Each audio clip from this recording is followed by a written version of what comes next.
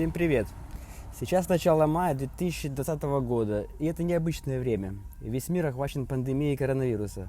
3 миллиона человек заражены, более 200 тысяч погибли от этого вируса. Правительства большинства стран мира ввели строгие карантины и велели людям сидеть дома. Улицы городов по всему миру опустели, общественный транспорт не работает, закрыты кафе, рестораны, офисные торговые центры, и все происходящее напоминает кадр из какого-нибудь фильма катастрофы. Кстати, именно поэтому я ношу респиратор. Я устал от потока тревожных новостей и не хочу сидеть дома в четырех стенах, как приписывает мне правительство. Месяц назад у меня возникла идея отправиться в нелегальный поход в Чернобыльскую зону с друзьями. Но буквально за пару дней что-то во мне переключилось, и я решил идти по собственному маршруту в соло-поход. И записать при этом блог про свою самоизоляцию в этом уникальном месте. Для многих людей увлечение чернобыльскими нелегальными исследованиями могут показаться проявлением девиантного поведения. Но для тех, кто хоть раз побывал в Чернобыле, очевидна ценность этого царства прошлого в объятиях природы.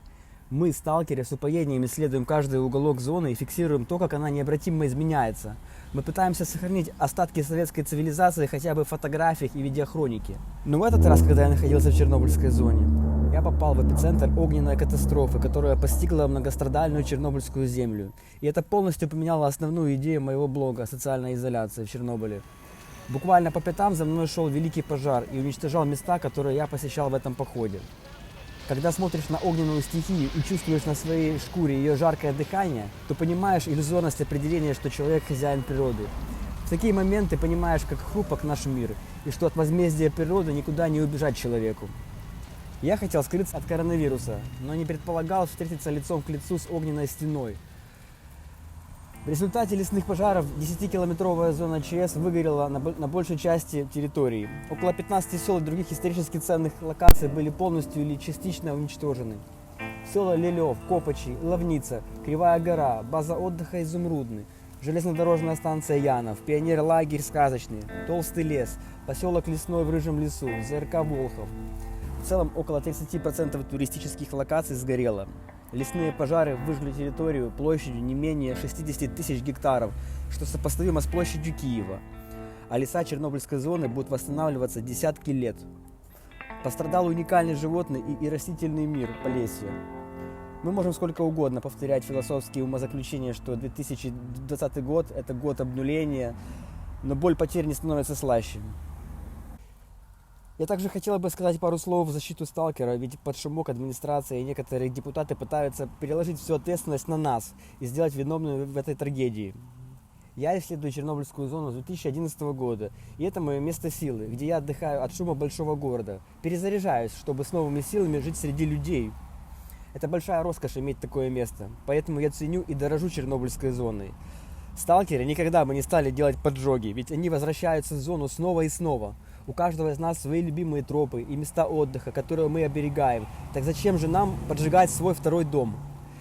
Я надеюсь, властимущим хватит ума не поднимать штрафы до 50 тысяч гривен за проникновение в Чернобыльскую зону с целью туризма. Ведь тогда пострадают многие жители близлежащих к зоне сел.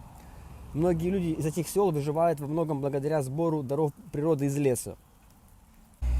Еще в этом походе я хотел встретиться со своими друзьями в Припяти, но мне пришлось буквально убегать от огненного котла на полпути в город-призрак.